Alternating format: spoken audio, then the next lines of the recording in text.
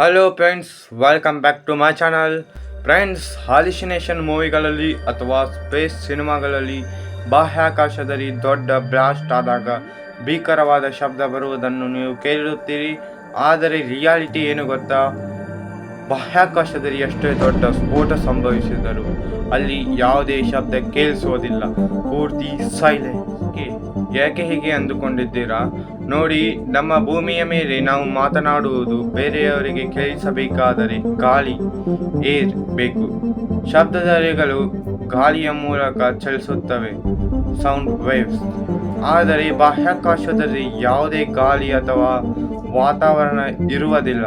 ಅಲ್ಲಿ ಕೇವಲ ಶೂನ್ಯತೆ ಇರುತ್ತದೆ. ಶಬ್ದದ ಅಲೆಗಳು ಚಲಿಸಲು ಯಾವುದೇ ಮಾಧ್ಯಮ ಇಲ್ಲದೆ ಇರುವುದರಿಂದ ಸ್ಪೇಸ್ ಪೂರ್ತಿ ನಿಶ್ಶಬ್ದವಾಗಿರುತ್ತದೆ. ಆದರೆ ಅಲ್ಲಿಗೆ ಹೋಗುವ ಗಗನಯಾತ್ರಿಗಳು ಒಬ್ಬರಿಗೊಬ್ಬರು ಹೇಗೆ ಮಾತನಾಡುತ್ತಾರೆ ಅನ್ನುವುದಲ್ಲ ನಿಮ್ಮ ಪ್ರಶ್ನೆ.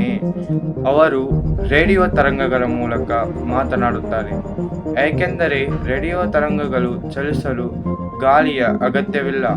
ಈ ಇಂಟ್ರೆಸ್ಟಿಂಗ್ ಫ್ಯಾಕ್ಟ್ ನಿಮಗೆ ಗೊತ್ತಿತ್ತಾ? ಹಾಗಾದರೆ ಕಾಮೆಂಟ್ ಮಾಡಿ ಮತ್ತು ನೀವು ಚಾನಲ್ಗೆ ಹೊಸಬರಾಗಿದ್ದರೆ ತಕ್ಷಣ ಸಬ್ಸ್ಕ್ರೈಬ್ ಮಾಡಿ.